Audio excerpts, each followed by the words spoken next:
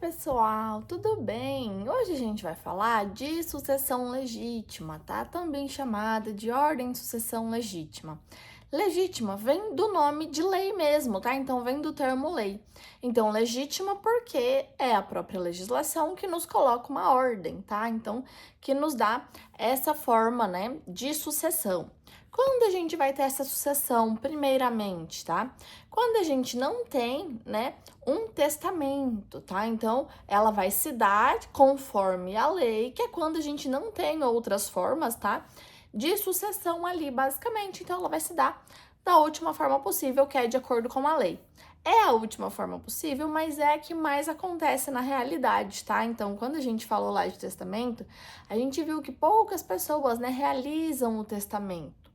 E aí, basicamente, o que sobra, digamos assim, é essa sucessão legítima, tá? Tá lá no artigo 1829 do Código Civil, a ordem de sucessão, a gente vai ver aqui, tá?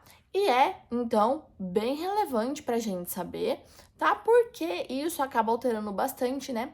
Com relação ali ao direito sucessório, tá? Então, é algo que acaba acontecendo muito. Aí só um adendo, isso aqui está sendo gravado no ano de 2025, vamos ver quando, né, a gente vai ter a atualização do Código Civil que promete, não sabemos, né, promete alterar essa ordem de sucessão, tá? Mais provavelmente o que se fala é que vai se tirar o cônjuge companheiro, né, ali do rol de sucessores. Então, pode ser que ele saia ali da primeira colocação e da segunda e continue só na terceira, ou que ele realmente pare de integrar esse rol. Vamos ver, tá? Então, só lembrando que isso aqui vale pelo menos até 2025, né? Continua valendo com o Código Civil atual de 2002, tá? Então, esse é o ponto principal aqui. Lembrando também, a aula aqui é feita com base na doutrina, tá? Mas não exclui a leitura dos artigos do Código Civil, tá? Então, basicamente, quando que a gente vai ter a sucessão legítima? Eu já falei aqui, se eu não deixar testamento e a pessoa, né, então o de cujus, o morto, faleceu, tá? E deixou herança para ser partilhada pelos herdeiros. Qual a outra opção? Ele deixou o testamento, mas esse testamento caducou. Como que um testamento caduca? Isso aí a gente viu lá na aula de testamentos. Então, por um exemplo, eu fiz um testamento, né, de forma especial, então vamos supor, um testamento marítimo. Passou-se lá os 90 dias em terra firme, e eu não, né, refiz esse testamento, tá? Então ele caducou. E aí, basicamente, a gente vai ter essa ordem de sucessão legítima, tá? Lá no artigo 1798, a gente tem o seguinte: são legitimados a suceder as pessoas já nascidas ou concebidas, tá? No momento do falecimento, então, da abertura de sucessão. Quando que se dá a abertura de sucessão? Falecimento da pessoa. Lembra que aqui no nosso ordenamento jurídico não tem como, né, a gente ter bens de uma pessoa falecida. Então, passa-se automaticamente aos herdeiros em condomínio, tá? E aí, o que a gente vai ter, né? Então, a gente vai ter o direito do nascituro assegurado, isso tá lá no Código Civil também, tá? Quando fala dos direitos, então, ele vai ter o seu direito assegurado. Quando a gente vai ter algo um pouquinho diferente com relação à sucessão de pessoa ainda não concebida, quando a gente fala de testamento, lá na aula de testamento, a gente viu que é possível sim eu deixar em testamento um bem imóvel, por um exemplo, tá? Para futura prole do casal tal, tá? Então é possível. E aí ele ainda, né, não veio a nascer, mas fica ali resguardado seus direitos, tá? Caso contrário, caso ele nasça natimorto, por um exemplo, tá? Ele não adquire esses direitos, tudo bem? Bom, então a sucessão legítima nada mais é, né, do que uma ordem de vocação hereditária que o legislador nos coloca, tá? Então ele nos dá uma ordem do que ele acredita ser o melhor. Ele acredita ser o melhor e nos coloca isso, né, como obrigação. Então, mesmo que a gente faça um testamento, a gente precisa preservar a legítima. Também falamos isso lá na aula de testamento, tá? Mas a gente, quando faz um testamento, a gente tem um pouquinho, né, de alternatividade com relação a deixar esses bens. Quando a gente fala da sucessão legítima do Código Civil, isso vai ser partilhado igualmente, tá? Então, vamos lá ler o artigo 1829 do Código Civil. Ele fala o seguinte: a sucessão legítima defere-se na seguinte ordem. Inciso 1º, aos descendentes em concorrência com o cônjuge sobrevivente, salvo se casado este com o falecido no regime da comunhão universal. Por quê? Porque ele vai ser meieiro e não herdeiro, tá? Ou no da separação obrigatória de bens, artigo 1640, parágrafo único. Ou se, no regime da comunhão parcial, o autor da herança não houver deixado bens particulares. Basicamente, então, o que eu preciso aqui, né? Ter um viúvo, uma viúva, tá? Uma figura ali de uma pessoa, né? De um cônjuge sobrevivente que, né? E a outra pessoa, então, o falecido tenha deixado os bens particulares. Quando eu falo da comunhão universal, também é possível dessa forma, tá? Então, lembra lá, é possível que, mesmo casado em comunhão universal, eu tenha recebido um imóvel, por um exemplo, do meu pai, em que ele me deixou, né, com exclusividade, então, sem a comunicação. E aí, meu cônjuge sobrevivente vai sim, tá, poder ser herdeiro desse imóvel, tá? Então, ele não vai ser herdeiro do restante, por quê? Porque ele é meeiro, tá? E aí não vai ser herdeiro. Mas, né, a gente pode ter bens exclusivos aqui. Inciso 2º, aos descendentes em concorrência como cônjuge, lembrando aqui, né, cônjuge companheiro, tá, sem problema algum. Então, inciso 1º, descendentes e cônjuge.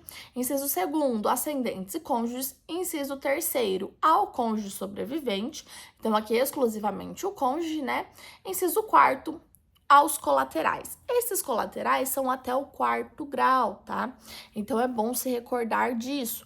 Normalmente, né, o que a gente vai ter, então, primeiro, descendentes, depois ascendentes, cônjuge colaterais, tá? Graus mais próximos excluem graus mais remotos. Então, por um exemplo, se eu tenho filhos e netos, eu faleço, meus bens irão ficar para os meus filhos, que têm graus mais próximos a mim, do que meus netos, tá? Que seriam ali 2º grau com relação a mim, tá? Então, ficam para os meus filhos. Ambos são meus descendentes, tá? Ascendentes, mesma coisa, mas ascendentes a gente não tem direito de representação.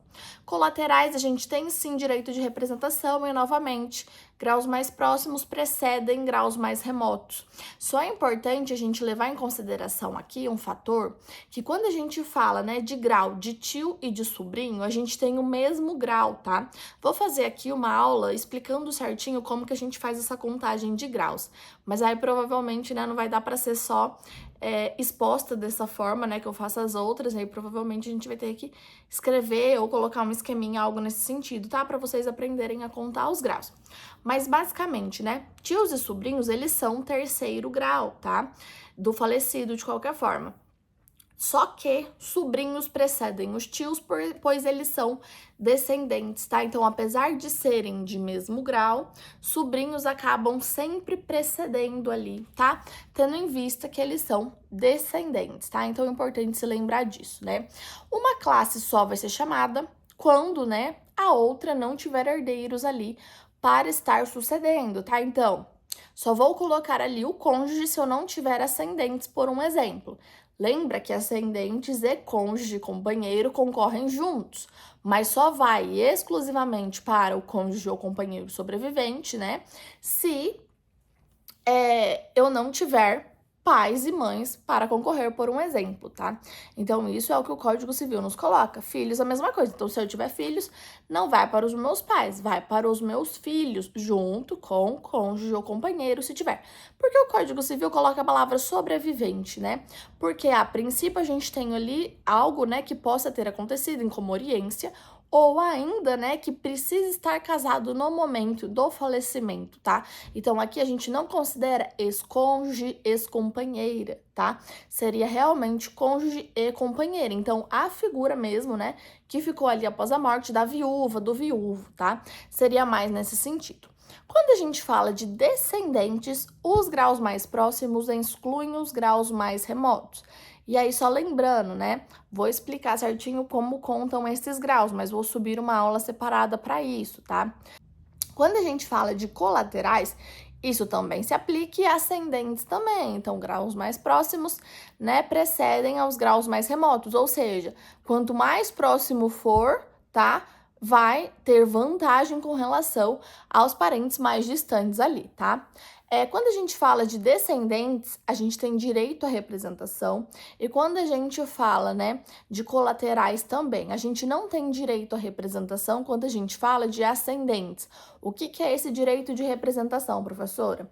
Basicamente, eu tenho uma pessoa pré-morta. Pré-morta é quem? Quem morreu antes da pessoa, né, falecida, que está deixando a herança. Ela pode ser representada pelo seu filho, por um exemplo, tá? Então vamos lá. Eu tenho 3 filhos, faleço, tá? E a princípio, para quem vai ficar meus bens? Para os meus filhos ou para os meus netos? Para os meus filhos, já falei aqui em aula, né?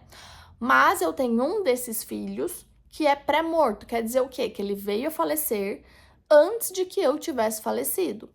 Mas ele deixou filhos vivos também, então tenho, né, netos com relação a esse filho. Esses netos vão representar esse pai, tá? Então eles vão ter direito ali, tá? Na linha sucessória, por essa representação. Então, isto que quer dizer a representação, quando a gente tem alguma pessoa que em tese teria direito à sucessão, pré-morta, morta antes da pessoa, né, que acabou de falecer. Então, do decujus principal da herança ali, tá? Outra regra importante da gente estar recordando aqui, né, é que todos os filhos eles vão ter os mesmos direitos sucessórios, tá? Isso é imposto por um princípio constitucional que a gente tem. Nem sempre foi assim. Muito provavelmente vocês já ouviram falar, né, que antes a gente tinha filhos adotados, por um exemplo, que não sucediam iguais, filhos legítimos ou filhos adulterinos que não sucediam iguais, não tinham todos os direitos, tá? Claro que muitas vezes isso nem era de forma legal, então isso nem se dava de forma legal. Normalmente era realmente escondido mesmo, tá? Mas, né, atualmente, por regra constitucional mesmo, por princípios constitucionais, a gente tem que toda a filiação, ela vai ter que se dar de forma homogênea, tá? Então não importa se o filho foi reconhecido em vida, se não foi, tá? Se foi pago ou não a pensão alimentícia, se teve convívio, tá? Então, nada disso. Se foi adulterino, se foi do casal principal, se foi de casamento anterior, nada disso importa, né? Pela Constituição, hoje em dia a gente tem a equivalência de todos os filhos. Outra coisa, né? Se foi ou não adotado, que isso por muitos anos fez-se diferenciação, né? Mas hoje em dia a gente não tem mais isso, tá? Então é importante estar recordando. Bom, acredito que é isso quando a gente fala de sucessão legítima. Lembrem lá de ler o Código Civil, tá? Então tem lá, título 2 da sucessão legítima, a partir do artigo 1829 no Código Civil, tá? E aí, só uma coisa aqui que eu acredito que vai faltar para essa aula ficar mais completa, é vocês aprenderem a fazer as contas, tá? Com relação aos graus. Mas aí eu vou subir a aula separada, bem curtinha, explicando facinho, tá? Da forma como a gente conta esses graus. E aí vai ficar bem completinho aqui para vocês, tudo bem? Então é isso, muito obrigada, até a próxima!